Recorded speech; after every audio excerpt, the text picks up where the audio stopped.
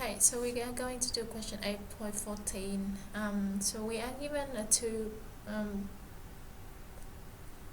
goods, biscuit and coffee, and the consumer has an income of M, where the prices of biscuit and coffee are PB and PC. He chooses his most preferred affordable consumption bundle Z star, including B star and C star amount of goods. And his preferences are well behaved. So part A, asking you to draw a diagram to show the shape of the indifferent curve.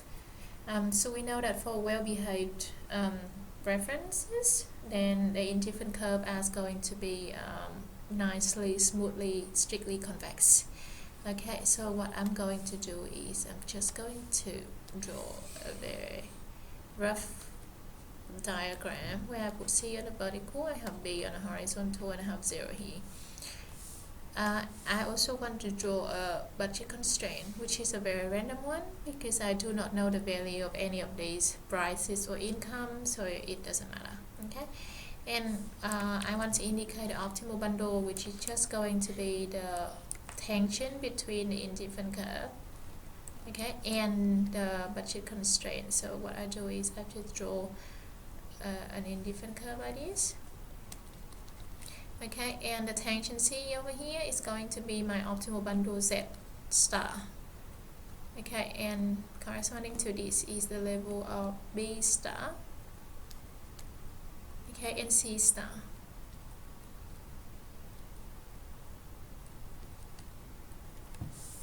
Alright, so it's asking you to demonstrate that if the price of one good changes, then the demands will change, and the substitution effect will increase his demand for the good that has become relatively cheaper and decrease the demand for the good that has become relatively more expensive. Okay, so if we have a change in the price of one good, what would happen? Okay, so for example, I assume that I have an increase in the price of good B. Okay, so assume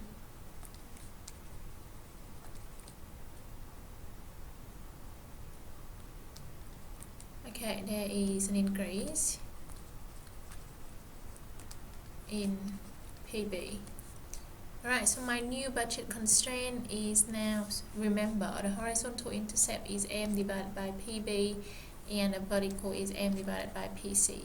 Okay, so now if we have an increase in BP to BP dash, for example, okay, then we know that M on PB dash is going to be smaller because the denominator is now bigger. Okay, so therefore our new budget constraint, if I use a blue color, then it's going to be inside the original one. Okay, so it's going to be M divided by PB dash, while the vertical intercept remains the same because income and PC are the same as before. Okay, so this is my new budget constraint. Outside this is PC dash, and this is BC.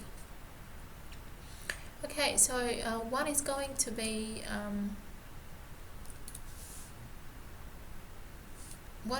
the new consumption bundle? Okay, so I would say, sorry,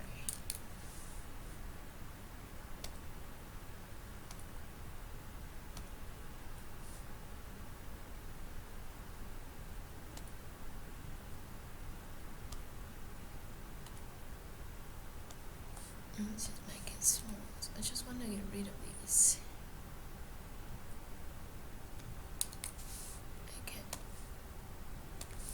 And so this is my Z star. Okay, so with the new budget constraint, I just want to show my how the demand gonna change for B and C, and I want to show the substitution effect. Okay, so in order to show the substitution effect, what we have to do is to draw a temporary budget constraint, or as you can see in the textbook in figure 8.6, they are called a compensated budget constraint. Okay, so that is basically the budget constraint that is parallel to the new budget constraint BC dash to reflect the change in price. Okay, so has the same slope as the new budget constraint to reflect the price change. Okay, now remember the slope of the budget constraint is negative PB on PC. Okay, so therefore when the price is changing, the slope is going to be changing. Okay, so the compensated or the temporary budget constraint, I want it to be parallel to the blue line, okay, to reflect the new price. However, is tangent to the original indifferent curve, okay, in order to show that we are still on the same level of utility. However, the price is now different. How the consumer is going to change their behavior because of that. Okay, so if we keep the consumer on the same level of utility, then that is called a substitution effect. Okay, so whatever changing his behavior is called a substitution effect, because he is just substitute away from the expensive, the relatively expensive good, and to buy more of the relatively cheaper good, given that he is kept on the same level of utility. So that is called a substitution effect. Okay, so what we do is we're going to draw a compensated or a temporary budget constraint that is parallel to the blue line and also is going to be touching the original indifferent curve. So it's going to be something.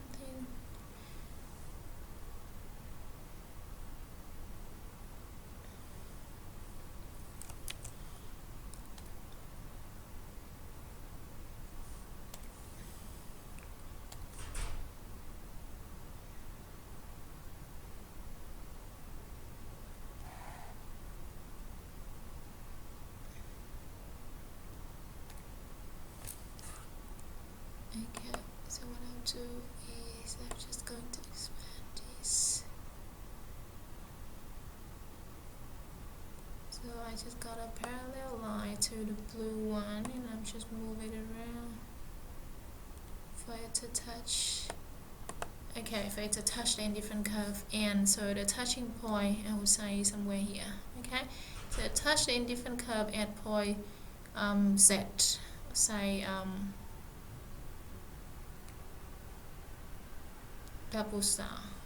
Okay, so the change from the consumption from Z star to Z2 star is going to be the substitution, is going to be the change due to the substitution effect. Okay, so this is called the compensated or the temporary budget constraint. Okay, so compensated budget constraint. Okay, so what we got is from Z star to Z double star. This is due to the substitution effect. Okay, and as you can see, the substitution effect is showing you that now corresponding to this Z double star bundle. Okay, this is going to be the amount of B double star. Okay, and this is going to be the amount C double star. Alright, so so as you can see, we got B is decreasing. Okay, so B decreases from B star to B double star. Okay, which makes sense. So the substitution effect is telling you that because the price of wood B is increasing, so therefore the consumer is substitute away from B. Okay, because it becomes relatively more expensive, so the consumer will consume less of it. Okay, and so therefore and more of the other goods. Okay, so C is going to be increases from C star to C double star because C is now becoming relatively cheaper. Okay, so this is happening due to the substitution effect, which basically means that the consumer is switching away from B and buying more C. Alright, and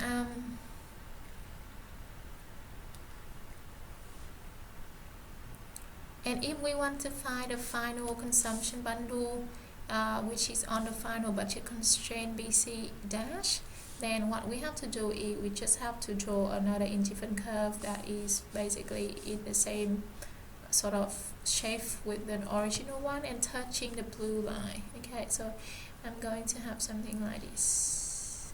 Sorry.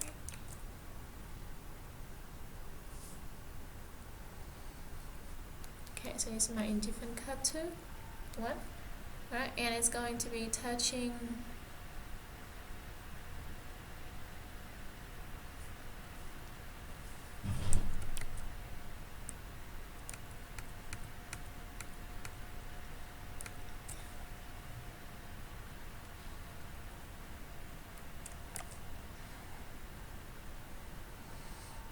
so this is my indifferent curve 2, 1, and so this is the touch point. Okay, so this is triple star, and this is the final consumption bundle for the price after the price change. You Z triple star. Okay, so the move from Z double star to Z triple star is happening due to the income effect. Okay, so as you can see, we're keeping the price the same. Okay, so from the green line to the blue line, the prices are remaining the same because the two budget constraints are parallel to each other. Okay, so whatever changing the whatever changing the consumption from bundle Z double star to Z triple star is just purely because of the income effect. Okay, and the income effect is happening here because we have a increase in the price of wood B, so therefore the purchasing power or the real income is now become smaller. Okay, and so therefore we have a decrease in the consumption of the goods. Okay, so therefore from Z star to Z triple star is the total effect, which is the substitution plus the income effect. Okay, so part B, it's just asking you to draw a separate diagram with a single budget constraint, and then we show on the diagram the substitution effect given that the price of coffee is reduced by 50% for the next month. Okay, so it's just going to be very similar to what we did in the previous part. So what I got over here is this C on the vertical again, B on the horizontal, and I have 0. Again, I would have just a single budget constraint where I put it here.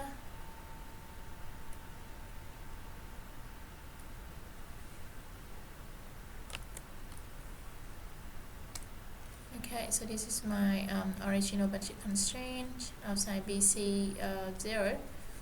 Okay, and also I just got an original indifferent curve that is tangent to my budget constraint.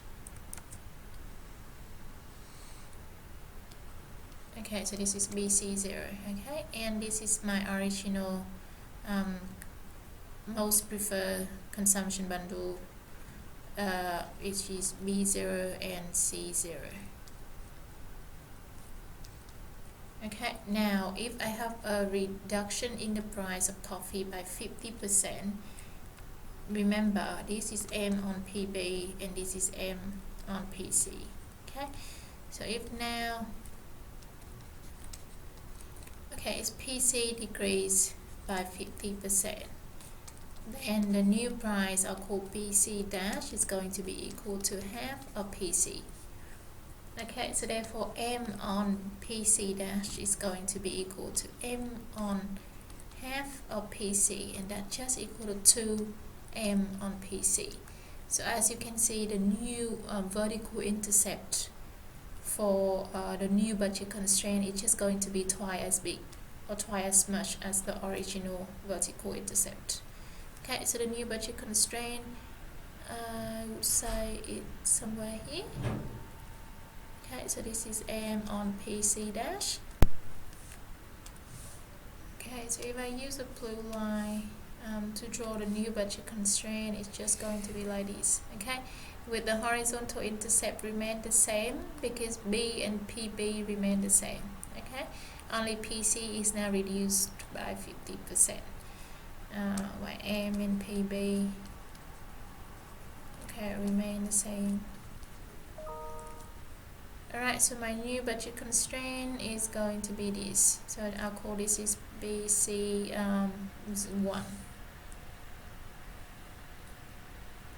Alright, so the question asking you to show on the diagram the substitution effect. So in order to show the substitution effect, we know that as what we did in the previous part, we will have to draw a temporary or the compensated budget constraint that is parallel to the blue line to reflect the change in price, okay, and also tangent to the original budget constraint BC, to the original indifferent curve IC0. Okay. Alright, so what I do is I'm going to draw a green temporary budget constraint that is going to be parallel to the blue one.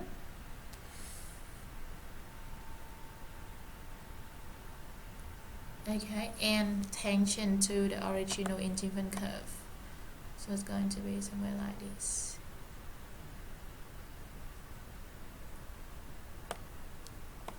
Okay, so this is my new budget, or this is the compensated, okay, budget constraint, and it's tangent to the original indifferent curve at this point over here. Okay, so I'll call this is bundle Z1, so this is Z0, and corresponding to this is going to be the amount B1 and C1. Okay, so as you can see, we have from Z to I to Z1, this is the substitution effect. Okay, because we stay on the same level of indifferent curve, which is the same level of utility. So the consumer is only changing their consumption behavior because of the change in price. Okay, so therefore this is called a substitution effect, and so B is decreasing from B0 to B1, okay, and C is increasing from C0 to Z1. Alright, so this is happening because the price of wood C, or the price of coffee, is now reduced by 50%. So it's become relatively cheaper, and so therefore the consumer is substitute away or switching away from consuming B to consuming more C now. So the consumption of B is reduced and the consumption of C is higher, and this is happening due to the substitution effect. Okay. Now part 2, asking you to show the income effect for the 3 cases. So the first case is where the coffee and biscuit are normal goods. Okay, so both B and C are normal. Okay, so now normal good basically mean whenever income is higher, then the consumption of the good is higher, then B and C are going to be higher. Okay,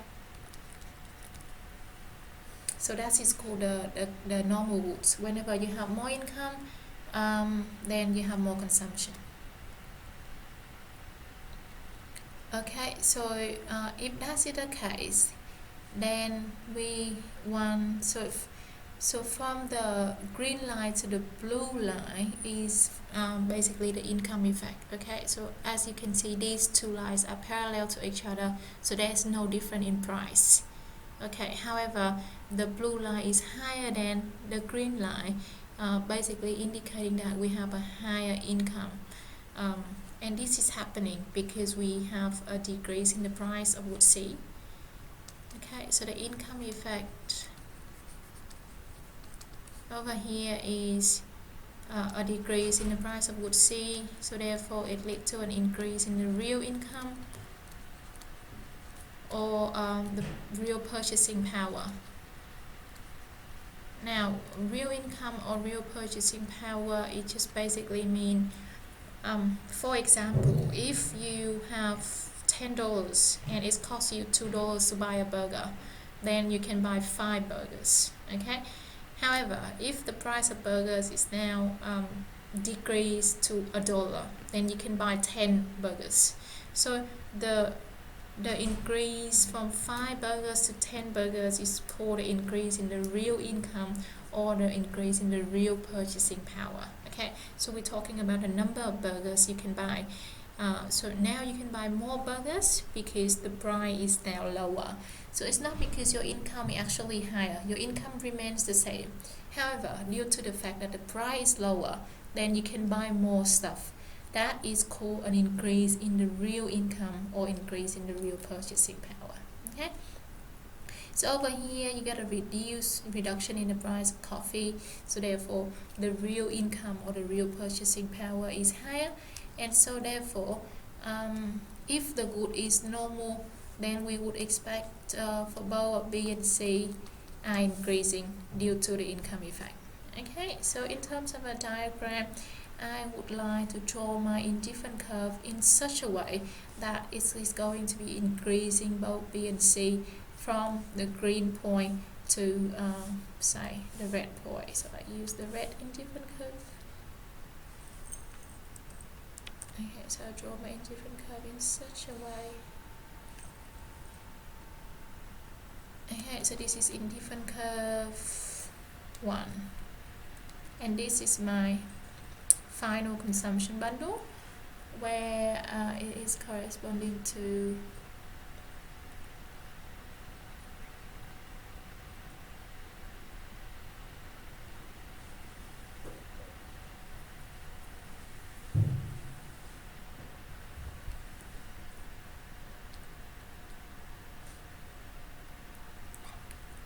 so this is B2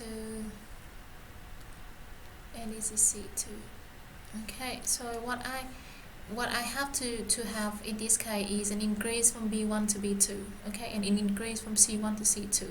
I have to make sure that these C1 is smaller than C2 and B1 is smaller than B2, because I want an increase in the consumption of both the goods as we have an increase in the income from the green line to the blue line, because we have a normal goods. Okay, so therefore this is Z2 bundle.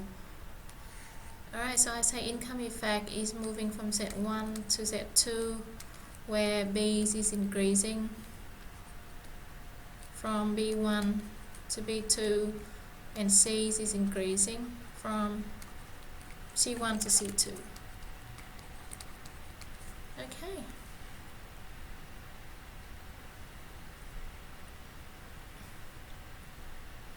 Okay, now case 2 is where, let's say coffee is normal but biscuits are inferior. Okay, so C is normal but B is inferior. Okay, now so basically if C is normal, then when income is higher, C, the amount of consumption of coffee is going to be higher. Okay, and B is inferior is basically mean whenever income is higher, consumer is going to choose to consume less of that good. That is called an inferior good. Okay, so income increasing, the amount of consumption for B actually decreasing, and if that's the case, B is inferior. Okay, so we want to draw in a diagram in such a way that because we have an increase in the real income, okay, so so real income increasing, then we want C to be increasing and B to be decreasing. So in terms of a diagram, we would like to draw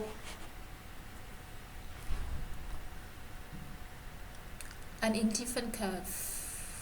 I see one such that it is touching the new budget constraint BC1 at the point such that we have a lower in the value of B and higher in the value of C. Okay, so what I do is I'm going to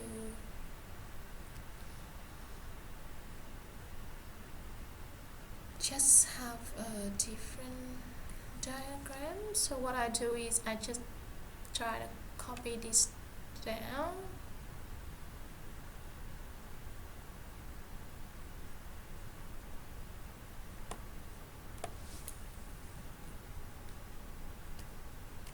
Okay, I just have to draw it again very quickly.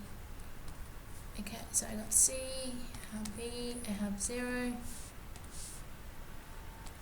I have budget constraint, I have my orange new budget constraint blue,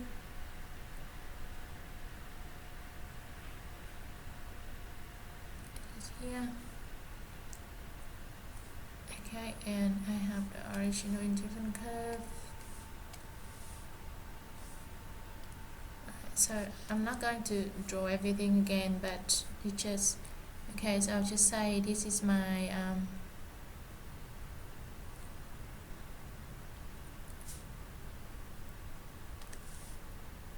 temporary budget constraint, which is the green line that is parallel to the blue line, somewhere like this.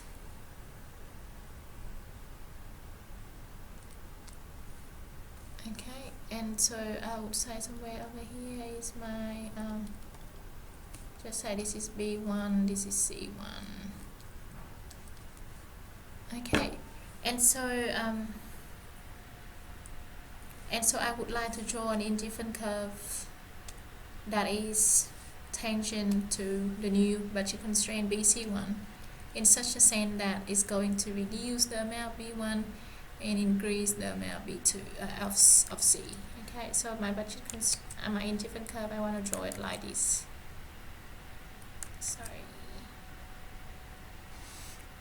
Okay, so this is my indifferent curve 1, and it's tangent to the new budget constraint at this point. If I want to make it a little bit clearer, I just have to draw something like this.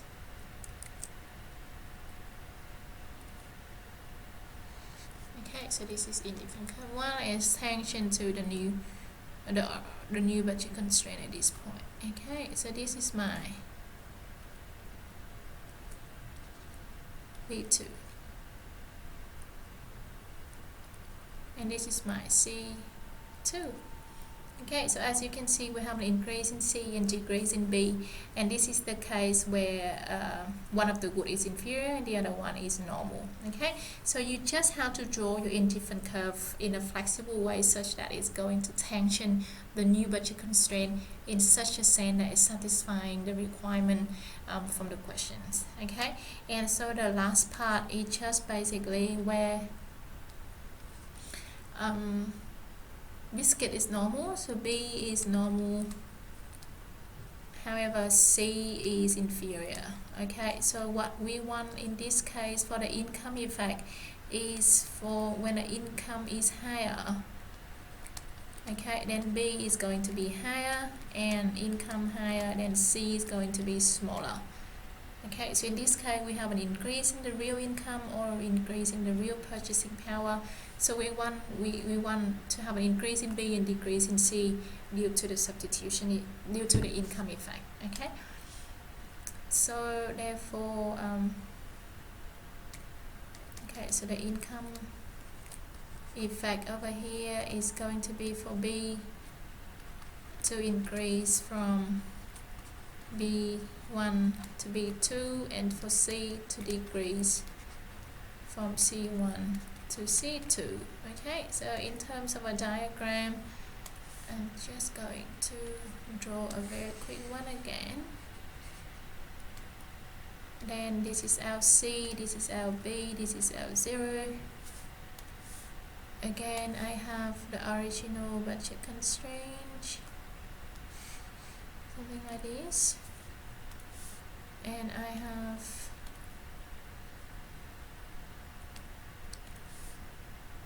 the new budget constraint, which is something like this. Okay, and I also have a temporary or compensated budget constraint that is parallel to the blue line. Okay, like this. And I'll just say this is my B1 and this is my C1. Okay, so now I just have to draw my indifferent curve in such, so this is just a quick way that I'm drawing it, but when you draw it you should show all of the indifferent curves just like in our very original over here diagram. Okay, I do not want to draw everything precisely again, that's why I'm doing it quickly here, and I just want to show you that if for this case, then the indifferent curve, it should be tangent to the new budget constraint BC1 at a point such that B is increasing from B1 and C is decreasing from C1. So our budget constraint, if you want to, our indifferent curve, if you want to draw something like this. Okay, so that it tangent. Okay, so this is indifferent curve 1, so tangent to, sorry, it's not very clear that we have a decrease in C, so I will just draw something like this.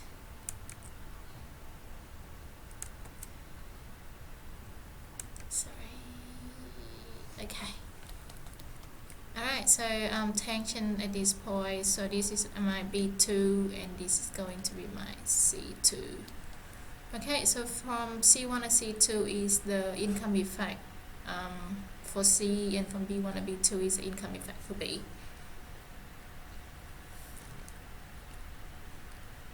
Alright, so part 3 asking you to explain why it must be that if coffee is normal good, so if C is normal, then the consumer will drink more of it when the price falls. Okay, so that would just be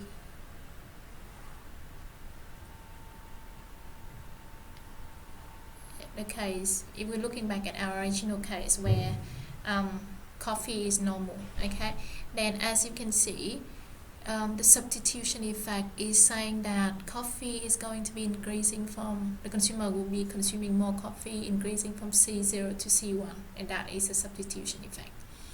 And the income effect is saying that coffee is going to be increasing from C1 and C2, which is here. That's the income effect. Okay, and this is the substitution effect. So sub effect, income effect. Now both of the effects is telling you that the consumption of coffee is increasing. So therefore, the total effect is going to be an increase in the consumption of coffee due to the decrease in the price of coffee, if coffee is a normal good. Okay, so coffee, remember substitution effect, C is always increasing and B is always decreasing because the consumer are switching away from the relatively more expensive and consume more of the relatively cheaper goods, which is C in this case. Okay, so substitution effect, this is always applied. Now for income effect, if C is a normal good, then the consumption of C is also going to be increasing from C1 and C2. So these two effects are going to reinforce each other, and so therefore it increase the consumption of C in the end. Okay, so so substitution effects, C increase from C0 to C1. Okay, and income effect, C increase from C1 to C2. Right, so therefore the final or the total effect is that C is going to increase from C0 to C2. Alright, so we confirm that when C is normal, then both income and substitution effect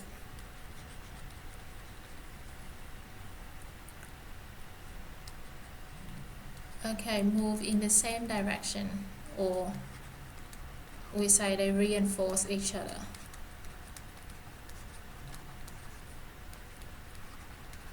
Okay, and so in this case it is going to increase C at the end. Alright, so when the price is lower, the consumer is going to drink more of coffee.